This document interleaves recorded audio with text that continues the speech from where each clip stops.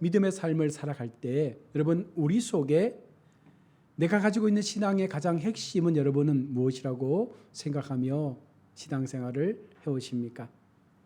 아마 신앙생활의 핵심은 저희 같은 경우에는 바로 하나님의 기쁨이 되는 삶을 우리가 온전히 살아드리는 것, 이것이 아닐까 생각합니다. 우리의 인생 속에서 내 뜻이 아니라 하나님의 뜻을 기억하며 하나님께서 기뻐하실 수 있는 그 믿음의 시간들을 우리가 살아낸다면 그것이야말로 하나님 앞에 가장 아름답고 영광된 모습이 아닐까 생각합니다. 우리가 날마다 하나님 앞에 나 주님의 기쁨 되기 원합니다라는 찬양의 고백을 드립니다.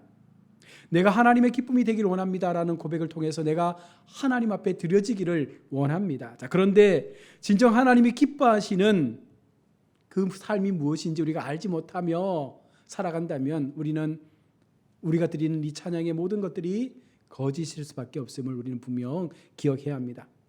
내가 살고 있는 하나님의 뜻, 내가 알고 있는 하나님의 계획, 나를 통하여 이루시기를 원하시는 하나님의 방법들이 무엇인지 깨닫고 그 길에 온전히 나의 삶을 드릴 수 있을 때 하나님은 우리의 삶을 통해서 아마 기쁨을 받으실 것입니다.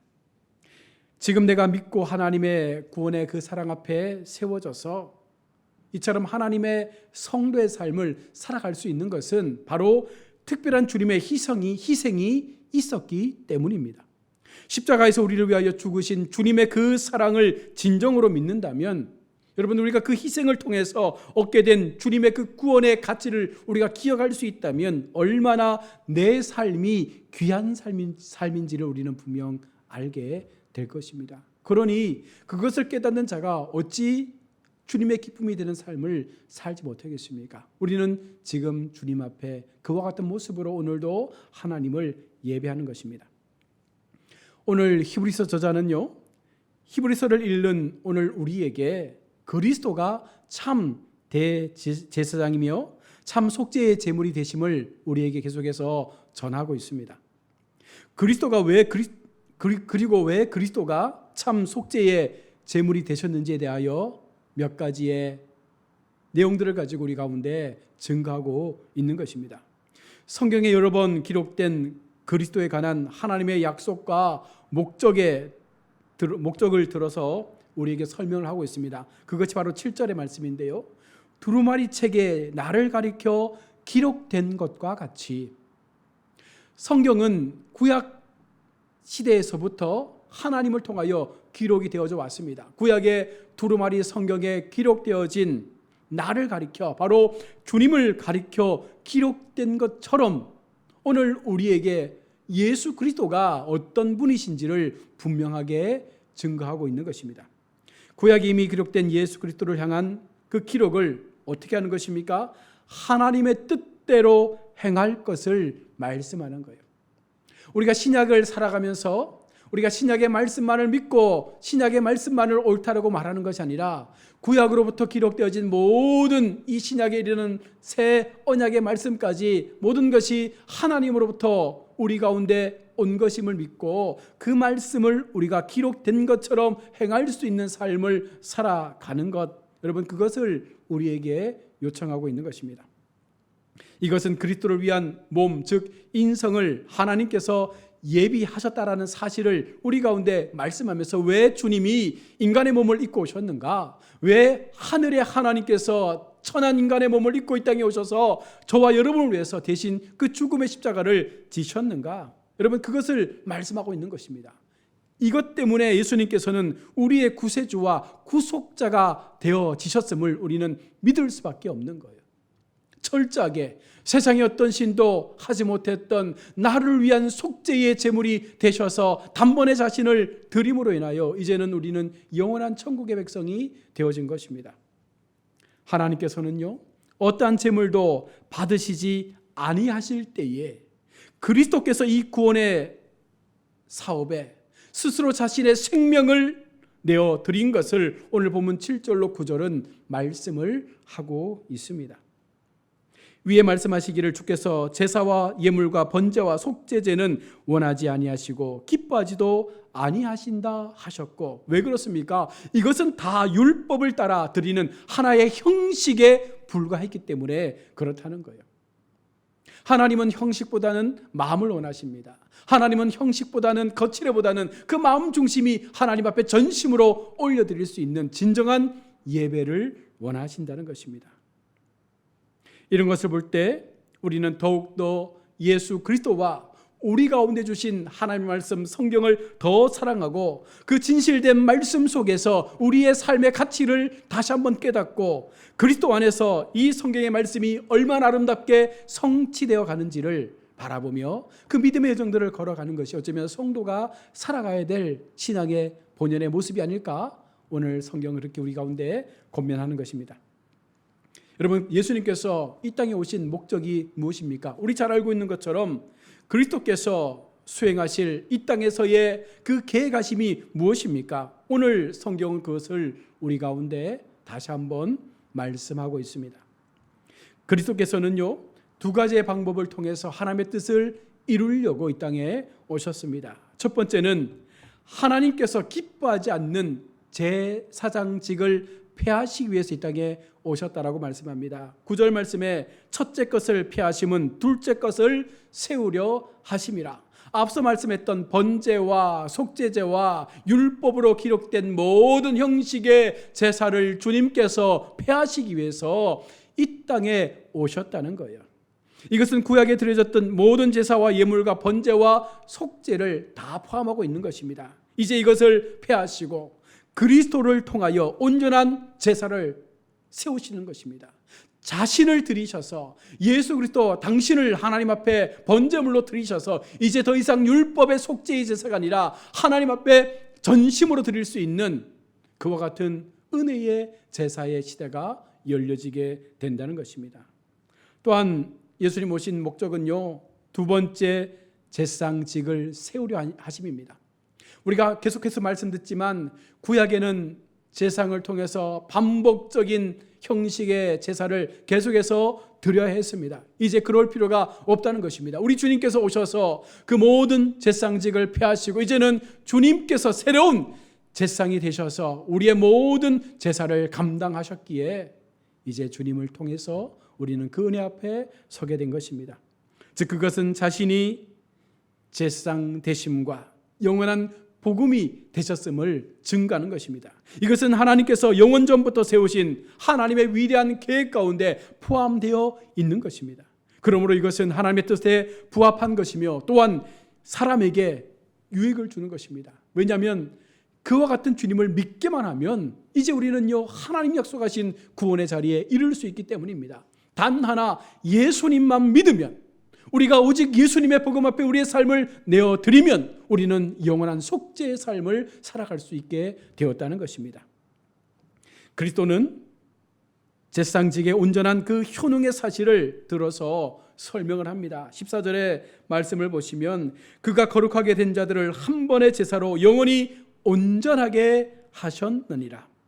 이것은 레위인들의 제사장으로는 절대 감당할 수도 되어질 수도 없는 일입니다. 따라서 만일 우리가 온전한 그 믿음의 위치에 이르기 원한다면, 그 위치에 올라서 하나님의 영원한 구원의 자리에서 기쁨을 누리기 원한다면 바로 우리에게 영원한 권세 되시고 능력 되시는 그리스도를 나의 유일한 대제사장으로 믿고 주님을 나의 구원의 주로 고백할 때 우리는 주님과 같은 이와 같은 믿음의 은혜 앞에 세워지게 되는 것입니다. 오직 그리스도를 영접하기만 하면 우리는 이 모든 것들이 나의 삶 가운데 채워진다는 것입니다. 오직 우리를 위하여 죽으시고 다시 사신 예수 그리스도를 통해서만이 이와 같은 온전한 위치에, 그 바로 구원의 위치에 오를 수 있음을 오늘 성경은 말씀을 하고 있습니다.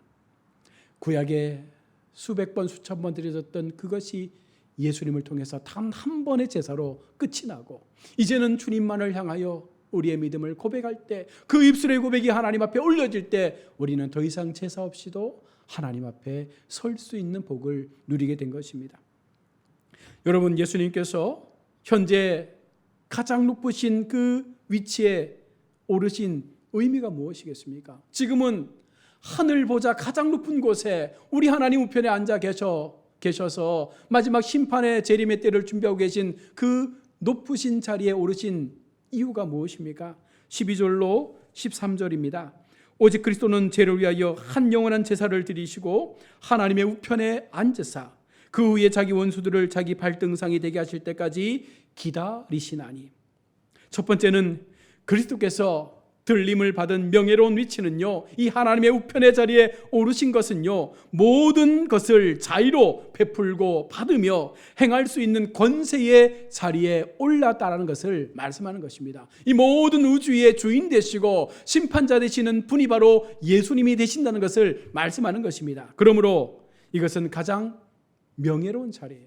그런데 우리가, 여러분, 그런 우리를 위하여 오르신 그 자리에 우리도 오를 수 있다는 거예요. 어떻게 하면? 예수님을 믿고 마지막 주님의 재림의 때가 임할 때에 우리가 주님의 거룩한 생명록에 이름 기록되어져서 하나님 우리를 불러주시면 우리 모두가 주님께서 올라가신 그 놀라운 자리에 올라서 영원토록 그곳에서 왕노릇하는 삶을 살아갈 수가 있다는 것입니다. 또한 주님이 높으신 자리에 오르신 의의가 무엇입니까? 그리스도께서는 자신의 고난에 대한 보상으로 그 위치에 오르게 된 거예요. 하나님이시지만 인간의 몸을 입고 이 땅에 오셔서 친히 죽으셨기 때문에 이제 그 죽음의 값을 따라 영원한 부활로, 생명의 부활로 살아나셔서 이제는 가장 높으신 하나님의 보좌 우편에서 마지막 주님의 그 재림의 때를 준비하며 기다리고 있는 것입니다. 그리스도는 이 자리를 어느 누구에게도 빼앗기지 아니할 것이며 자신의 백성을 위하여 이 자리를 잠시도 비우지 않는다라고 말씀합니다. 달리 말하면 우리도 어쩌면 하나님 말씀하셨던 이 놀라운 자리에 이르기 위해서 무엇을 해야 합니까? 고난을 받아야 하는 거예요. 이 땅을 살아가면서 마지막 때까지 하나님 앞에 내가 예수 믿는 것으로 통해서 받는 그 고난조차도 우리가 감당하며 예수님처럼 그 믿음의 시간들을 살아갈 때 우리에게도 놀라운 은혜의 보좌로 올라갈 수 있는 역사가 나타나게 되는 것입니다.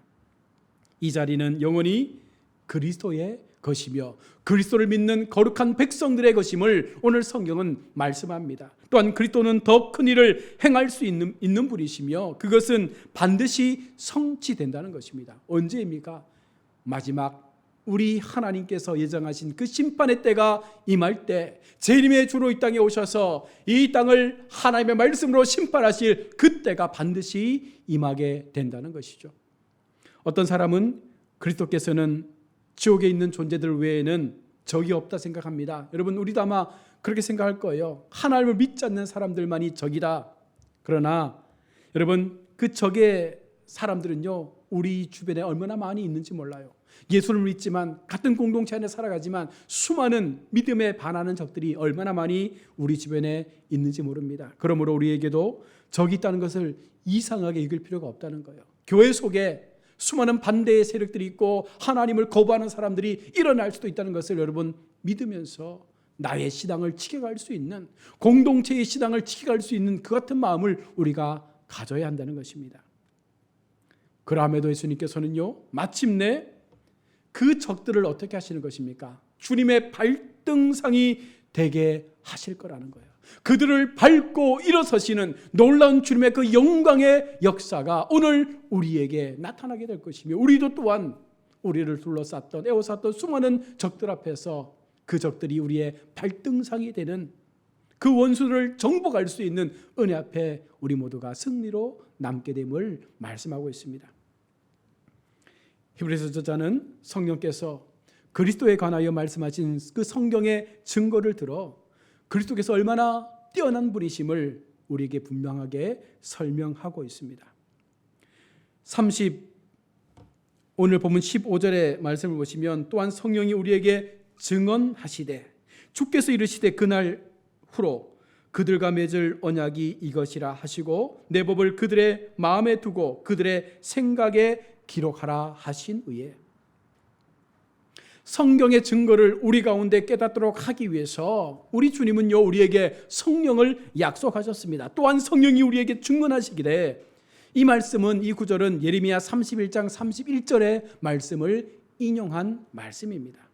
하나님께서는 성령을 그들에게, 그 백성들에게 분명하게 보내어 주시겠다 말씀했습니다. 그것은 벌써 구약 시대 속에 약속되어진 말씀이에요. 예수님께서 승천하시면서 제자들에게 했던 그 약속이 이미 구약 시대 속에 먼저 약속되어진 내용이었습니다. 또한 백성들의 마음속에 율법을 새겨주시며 그들의 심령 속에 율법을 기록해 주시겠다. 오늘 본문 16절은 말씀합니다.